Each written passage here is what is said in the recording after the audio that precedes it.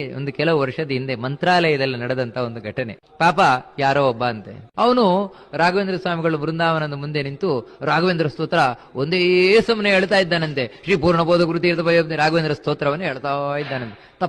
ತಪ್ಪೇ ಹೇಳುದು. ಅಲ್ಲಿ ಪೂಜೆ ಮಾಡುವವರು ಅವರಿಗೆಲ್ಲ ಕೇಳಲಿಕ್ಕೆ ಆಗ್ತಾ ಇಲ್ಲ ಅದನ್ನ. ಇವನು ಹೇಳ್ತಾನೆ ಇದ್ದಾನೆ ಕೇಳಲಿಕ್ಕೆ ಆಗದ ಅಲ್ಲಿಂದ ಓಡಿಸಿದಾನಂತೆ. ಹೋಗಿಲ್ಲಿಂದ ನೀನು ಅಂತ. ನಮಗೆ ಕೇಳಲಿಕ್ಕೆ ಆಗುದಿಲ್ಲ, ತಪ್ಪೇ ಹೇಳ್ತಾನೆ, ಸರಿ ಕಲ್ತಿಲ್ಲ ಹಾಗೆ ಹೇಗೆ ಅಂತ. ಪಾಪ ಅವನು ಅಲ್ಲಿಂದ ಹೋಗಿ ತುಂಗಭದ್ರಾ ನದಿ ತೀರದಲ್ಲಿ ಕೂತು ಅದನ್ನೇ ಹೇಳ್ತಾ ಇದ್ದಾನೆ, ಅದೇ ರಾಘವೇಂದ್ರ ಸ್ತೋತ್ರವನ್ನೇ.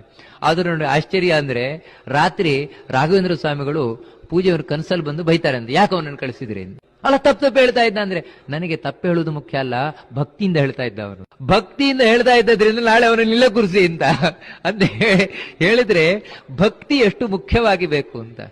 ಆ ಭಕ್ತಿಯಿಂದ ಹೇಳಿದಾಗ ಭಗವದ್ ಭಕ್ತರು ತಪ್ಪನ್ನೆಲ್ಲ ಮನಸ್ಸಿ ಬಿಡ್ತಾರಂತೆ, ಎಲ್ಲ ತಪ್ಪನ್ನು ಕ್ಷಮಿಸಿ ಬಿಡ್ತಾರಂತೆ. ಯಾಕಂದ್ರೆ ಭಕ್ತಿ ಒಂದಿದೆ ಅಂತ. ಭಗವಂತ ಭಕ್ತಿ ಇದ್ದಾಗ ಎಲ್ಲವನ್ನ ಸ್ವೀಕಾರ ಮಾಡ್ತಾನೆ.